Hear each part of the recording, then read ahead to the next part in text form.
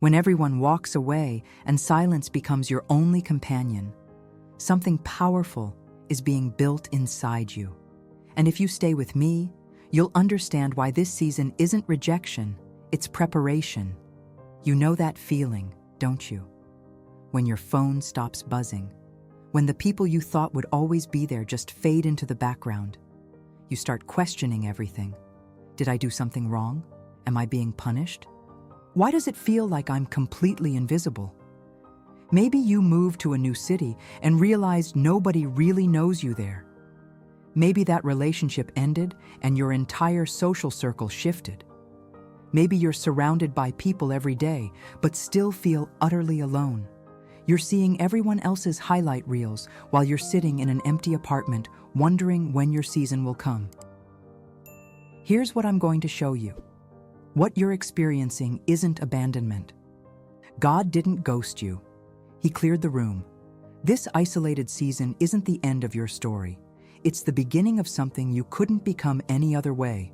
Your loneliness isn't empty. It's full of purpose. God isolates who He's about to elevate. When the divine removes people from your circle, it's not because you're unworthy. It's because you're being prepared for something bigger than your current capacity can handle. This is not punishment. This is preparation. If you feel like you've been sidelined while everyone else moved ahead, Joseph understands you. Here was a young man with big dreams and a bright future. Then everything collapsed. His brothers threw him into a pit, sold him into slavery, prison for a crime he didn't commit. Years of isolation, years of silence. No updates saying hang in there, just silence and solitude. But in Genesis chapter 39 through 41, we see God was doing surgery on Joseph's character. He was removing the arrogance, burning away the immaturity, strengthening the parts that would carry a nation through famine. Joseph didn't need more friends during that season. He needed more God. And by the time he stood before Pharaoh, he wasn't that cocky kid with the colorful coat anymore.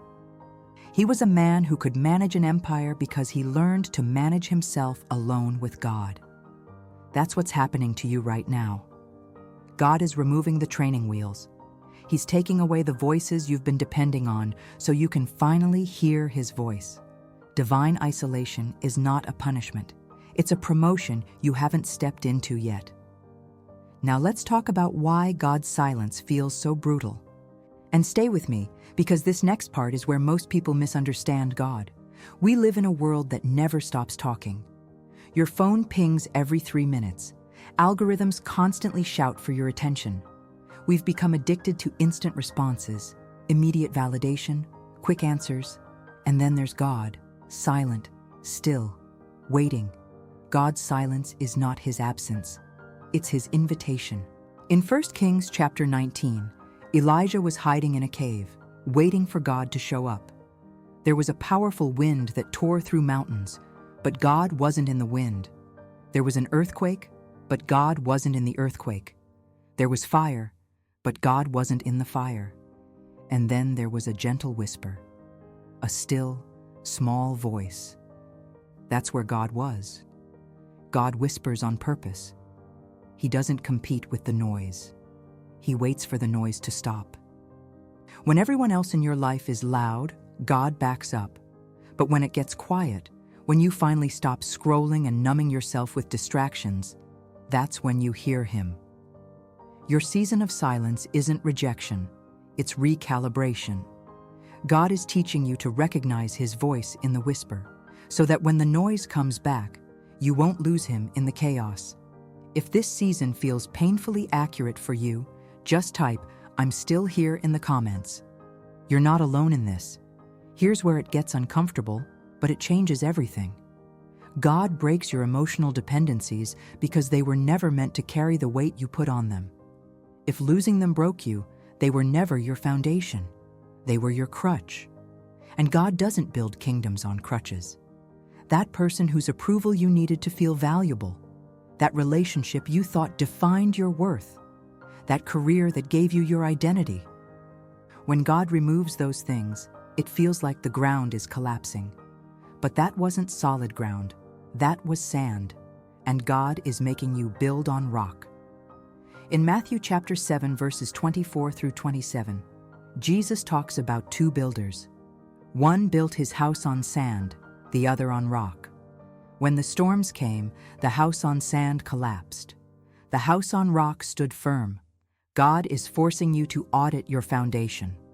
Everything built on people's opinions, on temporary success, on conditional love, it's all got to go. When you can stand alone and still know who you are, that's when you're ready for what God has next. God removes crutches so you can walk. If you feel stuck while everyone else seems to be winning, Moses gets it. When God works in secret, He's not withholding from you. He's protecting what He's building in you. You're not behind, you're being incubated. Look at Moses, 40 years in the wilderness tending sheep, 80 years old before he even started his real calling. 40 years of preparation that nobody saw. No LinkedIn posts about leadership development, just him, the sheep, and God. And in Exodus chapter 3, God was turning a man who ran from his calling into a man who could lead a nation out of bondage. Your hidden season isn't punishment. It's preparation for something you haven't seen yet. God hides what He plans to reveal with power. The longer the incubation, the bigger the emergence. You're not being left behind. You're being set apart. Stop comparing your behind the scenes to everyone else's highlight reel. You have no idea what God is downloading into you right now that's going to shock everyone who counted you out. When you emerge, and you will emerge, they're going to ask where you've been, and you're going to smile and say, I was with God. Here's something nobody wants to hear, but everybody needs to understand. And this is where it gets real. Pain didn't come to destroy you. It came to define you. Not all pain is punishment. Sometimes it's preparation. Sometimes it's purification. Think about gold. To get pure gold, you put it through intense heat. The fire doesn't destroy the gold. It reveals it. It burns away the impurities. 1 Peter chapter 1 verse 7 talks about this exact process. Your faith being tested by fire so that it proves genuine. That breakup that felt like it killed you, it burned away the part of you that needed someone else to feel complete. That job loss that devastated you. It removed the identity you built on a title that was never yours to keep. That betrayal that shattered you, it exposed the places where you trusted people more than you trusted God. Pain has purpose. It's the refining fire that's making you into someone stronger, purer, more aligned with who God created you to be. Pain is not your enemy. It's your teacher. Who are you when nobody's watching, when there's no audience to perform for? This is the question God asks in the wilderness. This is what divine isolation forces you to answer. If you're rebuilding your identity right now, David walked this path first. Before he was king, before he slayed Goliath, before anyone knew his name, he was alone in the fields watching sheep. In 1 Samuel chapter 16, God looked at his heart when everyone else looked at his brothers. David's identity wasn't formed in the palace. It was formed in solitude, in the hours when nobody was watching except God. God removes the mirrors made of people so He can show you His reflection. You've been looking at yourself through other people's opinions for so long that you forgot who you actually are. You've been shape-shifting to fit into spaces that were never built for you. And God said enough. It's time you see yourself the way I see you. This identity crisis you're going through, it's not a breakdown, it's a breakthrough. When you know who you are in God, alone with God, nothing and nobody can shake you. Now, we're at the core. Unshakable faith is not built in comfort. It's built in isolation. It's built when you have nothing left to lean on except God Himself. There are two kinds of faith: convenience faith and wilderness faith. Convenience faith works when everything's going well. Wilderness faith works when everything's falling apart. Hebrews chapter 11 is about people who had wilderness faith. Abraham leaving everything he knew. Moses choosing suffering with God's people over pleasure in Pharaoh's palace. People who were sawed in half, stoned, put in prison, and still said, I trust God. That's the kind of faith that changes the world. That's the kind of faith God is building in you right now. You thought you had faith until everything got stripped away and you realized how much of your peace was dependent on circumstances.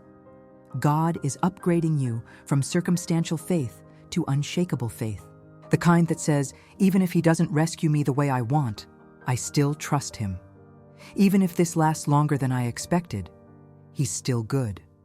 Even if nobody understands, God knows.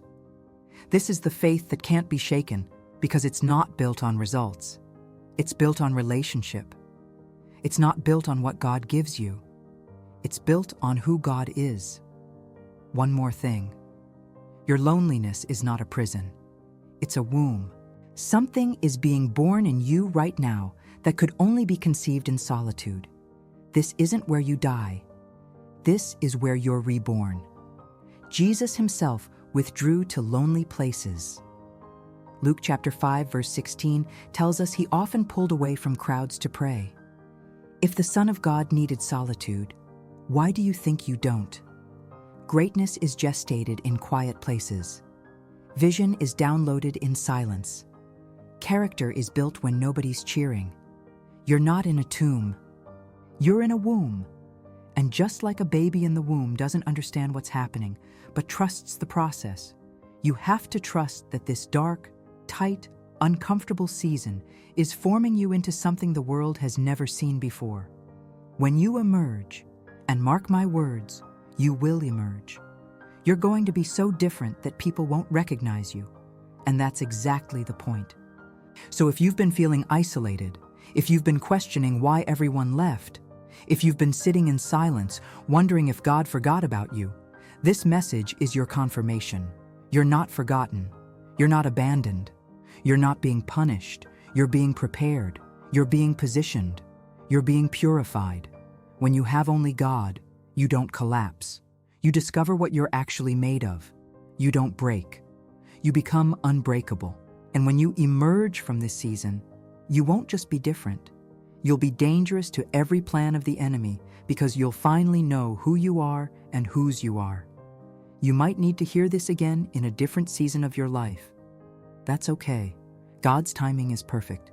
If this word touched your spirit today, type in the comments, "God is all I need." Let that be your declaration. And someone came to your mind while you were listening to this. Don't ignore that. Send this to them right now. They need to hear this today.